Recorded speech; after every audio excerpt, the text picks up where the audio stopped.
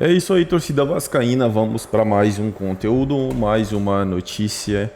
Repercussão aí da vitória do Vasco em cima do Vitória, 2-1, né? Um jogo que no finalzinho ali ficou difícil, né? O Vitória tentou ainda esboçar alguma reação, mas o Vasco conseguiu sair com a vitória. Vamos aqui com comentários do programa Linha de Passe da ESPN e já deixando os créditos aqui aos canais da ESPN Brasil. Torcedor vascaíno, se não é inscrito no canal, se inscreva. Deixe seu like, seu comentário, que isso faz uma enorme diferença para a gente aqui dentro da plataforma. O YouTube entende que o conteúdo é relevante e entrega para mais torcedor do Vasco da Gama. Agora, sem mais enrolação, bora para a notícia. E Boca pela Sul-Americana, hein? Vai ser muito legal da gente acompanhar essa partida também. Vamos falar agora do Vasco. Terminou agora há pouco. O Vasco venceu o Vitória por 2-1 para dar aquele alívio. E até a gente comparando aí, o Vasco tem exatamente os mesmos pontos do ano passado após 6 rodadas. E o ano passado foi sofrido, hein? Tudo bem que aquele time do começo do campeonato era inferior ao time que terminou, aí depois chegou o Ramon e tal, mas também já teve troca de treinador agora, né? O Ramon saiu e tá chegando um novo treinador, talvez seja o português Álvaro Pacheco. E as piores coisas do ano passado aconteceram depois da sexta rodada. Exatamente, porque até a sexta rodada o Vasco tinha empatado com o Palmeiras no Maracanã, tinha vencido o Atlético Mineiro fora de casa, ainda tinha alguma esperança ali, mas depois a coisa foi piorando.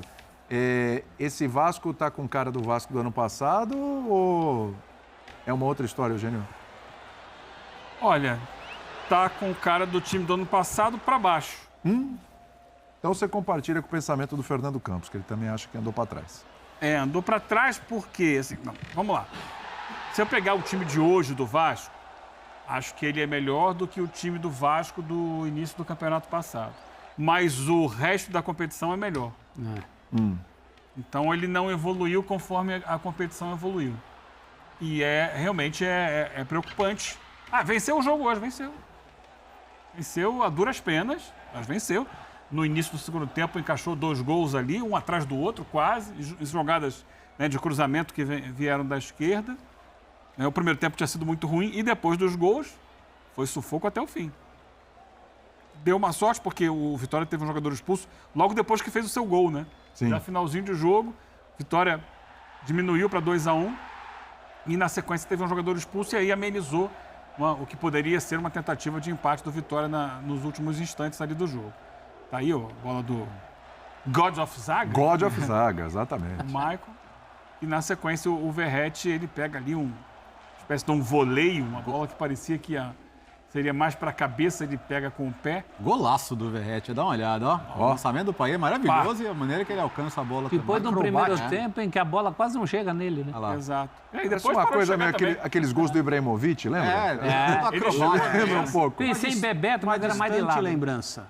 Uma distante lembrança. Fez Isso, o gol, pouco atrás. o que importa é isso. E no lance do gol do Maicon, ele chega um pouquinho atrasado. Ele poderia até ter desviado aquela bola. Mas a gente olhando o jogo, foi um jogo muito ruim dos dois times. Tecnicamente, taticamente, a falta de tudo, né? De coletividade, de ideia de jogo, de clarividência com a bola no pé, de saber o que vai fazer. Muito passe errado. É um jogo muito de valentia, de disposição, de luta, isso sim tem. Mas em termos de bola no pé, difícil. Ô, William, agora você pergunta do ano passado. Diga lá. A parte boa do ano passado tinha um líder ali, né? O Vasco se encontrou com o Ramon Dias. Foi. Naquele momento. Foi. E agora está começando do zero, né? O Álvaro Pacheco é uma grande incógnita. Ele pode dar certo como pode não dar. É um técnico aí com 52 anos, não tem uma estrada muito grande. Uma boa campanha no Campeonato Português, com o Vitória de Guimarães. Na prática, ele é o segundo, atrás só do Braga, porque os outros na frente dele são Sport, Benfica e Porto. Exatamente. E o ex-Braga teve um bom começo no Botafogo, podemos dizer que sim, né? O Arthur Jorge. Mas é uma loteria. Exato, a gente não sabe e, assim, chegar a um clube que você precisa levantar, tirar da parte de baixo da tabela, nunca é uma situação fácil. E para mim tem um agravante da situação do Vasco, e hoje houve mais uma vez protestos da torcida, que é a situação da 777, né? esta é uma empresa que na Inglaterra há um movimento de torcedores do Everton para que eles não possam concluir a compra do clube. Esse fim de semana, o jogo do Standard Liège foi adiado por protesto dos torcedores que não deixaram o time sair para o jogo. E há um processo por fraude nos Estados Unidos e Nova York de 600 milhões de dólares, a acusação de fraude à empresa. Seria um esquema de pirâmide, seria uma série de fraudes financeiras que o veículo Josimar já apurou e já vinha falando sobre isso há muito tempo. Então, assim, esse canto da sereia aí, ele vai se desfazendo. E o torcedor tá atento a isso. E de hoje para amanhã, a verdade é que se isso desmoronar, não vai ser uma grande surpresa. E eles forem obrigados ou perderem o clube por não cumprir prazos, ou seriam obrigados a vender o clube rapidamente. O Vasco acionar cláusulas o próprio que permitem Vasco, né? isso, né? Então, isso pode acontecer. E aí, dali para frente, né, ou você vai ter algo novo engatilhado, algo pronto, ou a coisa pode ficar muito complicada também. De novo, na Inglaterra, a Inglaterra abre as pernas para muita coisa. E para você ver que mesmo assim o negócio não está avançando lá. Sim. Com o Everton, porque há uma série de empecilhos. Então é uma coisa para ter atenção também. Não é só o campo, né? Não é só o campo. Então a fábula da SAF maravilhosa para todo mundo, a essa altura a gente já percebeu que a banda não toca desse jeito, né? Tem muita gente de origem duvidosa aí botando dinheiro, que nem é dela, né, em futebol. Álvaro Pacheco, André Kfouri, particularmente, a gente não tem tanto conhecimento assim do trabalho dele, né? Mas é mais uma incógnita? Está saindo do Vitória de Guimarães, um técnico novo, 52 anos. Eu falei outro dia aqui, usei a palavra fetiche, o Gustavo Zupac, porque depois... Foi um pouco mais além, né? Depois que eu falei sobre o fetiche, eu falei, olha, no melhor dos sentidos da palavra, por favor. Dizendo que o futebol brasileiro está numa fase de paixão por treinadores argentinos e portugueses, né? Então, Zupac disse que fetiche é sempre bom, não existe fetiche ruim. Enfim. Bom, mas aquele programa já tinha passado de meia-noite. Já tinha. Hoje está um pouco mais cedo e a família brasileira está à frente da TV no domingão. E amanhã tem aula. Isso. Mas é mais um português. Eu espero que o Vasco tenha feito a sua lição de casa, né? As pessoas que tomam decisão, mas é muito mais preocupante a história que o Léo acaba de revelar alguns detalhes, que há muitas e muitas semanas no processo relacionado ao Everton tem sido manchete e reportagens, entrevistas, gente falando. Então, o torcedor do Vasco que tem senso crítico, ele está prestando atenção nisso, ele está tentando se informar e talvez ele esteja perguntando como que o processo de venda da SAF, de constituição da SAF do Vasco e venda para essa empresa, dentro dos mecanismos de verificação e de fiscalização do clube, foi algo aparentemente suave, tranquilo, né? Passou, dando ao seu torcedor, não aquele que só quer o dinheiro, agora vai ter investimento milionário no meu clube, em questão de 6 meses o Vasco vai montar um timaço e o grande Vasco vai voltar. Porque tem gente que pensa assim... Foi a última vez que enfrentou o Flamengo em desvantagem. Isso é muito mais relevante, muito mais importante do que quem o Vasco escolheu para ser seu treinador, mas tomara que tenha sido feita uma boa escolha e que o Álvaro Conceição tenha... Pacheco, perdão. Álvaro Conceição é um amigo nosso. O Álvaro Pacheco, perdão, amigos, tenha condição para trabalhar. O Vasco conseguiu uma vitória hoje. É claro que o jogo aconteceu já quando a gente estava aqui. Os pontos são importantíssimos, a atuação não foi nem tão boa assim, mas o contexto do futuro do Vasco, para mim, é o que importa mais. O Eugênio estava com a colinha ligada aí durante o programa, né, Eugênio? Estava com a colinha ali acompanhando. É o trabalho, né, Eugênio? Nós vimos até o 2-0. Isso, exatamente. O Eugênio foi com a colinha aí o tempo todo, eu até comecei com ele aqui. Mas assim, você falou do grande comandante Ramon Dias, o cara no banco. O ano passado, dentro de campo, teve um comandante, que é aquele cara que e ainda não estava fisicamente bem ainda, foi o Payet, né? O Payet foi esse comandante. Ele volta, hoje ele deu 2 assistências. O Payet tem tudo para ser esse cara, ou de novo ficar nessa coisa da dependência do Payet pode ser um problema para o Vasco? É melhor depender do que não tê-lo. O vascaíno é vê pior. a diferença quando ele está em campo e quando não está. Agora o cara precisa de ajuda também. Porque se fosse assim, ficava com o Nenê, que a história era a mesma. Nossa, Deus. Né? O pai é um pouco mais jovem, mas pai é é melhor o que o grande Nenê, não é? diferencial. Agora precisa de companhia. E você falou de liderança, ele é mais um líder técnico do que aquele líder do vamos lá, né? É. Que era o Ramon Dias, que aliás não chuta mais, o que é uma pena. Se ele chutasse, teria ajudado o Vasco mais ainda. Muito. Mas é aquela coisa da liderança mais técnica do que o xerifão.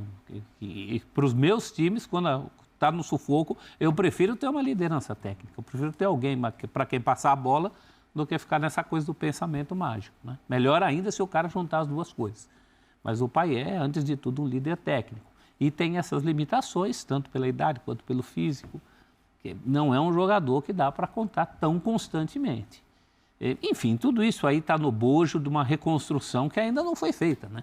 Mas está demorando essa reconstrução, hein? Assim, vai- não é que está demorando. Ela até acontece, mas a passo de tartaruga. É uma coisa... Mas também troca E aí tudo. troca agora- o treinador. agora troca o técnico. Talvez troque a SAF, Então, o que para mim será um bem para o Vasco. A gente costuma enxergar por exclusão, sempre aquela história perto do que era o Vasco. A gente não pode cair nessa história. Sim. Não é? Não vai sair do fogo para a frigideira ou da frigideira para o fogo. Vai ao inferno à procura de luz, como diria Lupicínio Rodrigues. Né? Isso vale para outros clubes, inclusive aí onde se cogita a SAF, por causa da safadeza que tem nas atuais administrações como clube social. As coisas não são excludentes assim.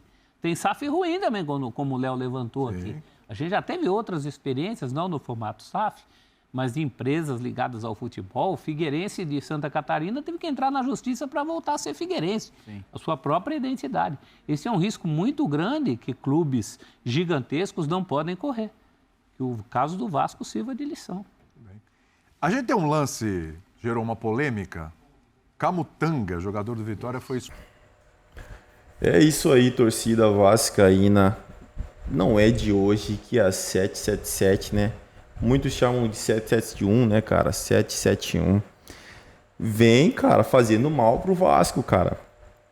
Eles, pode ser que deram um dinheiro ali para investir 100 milhões.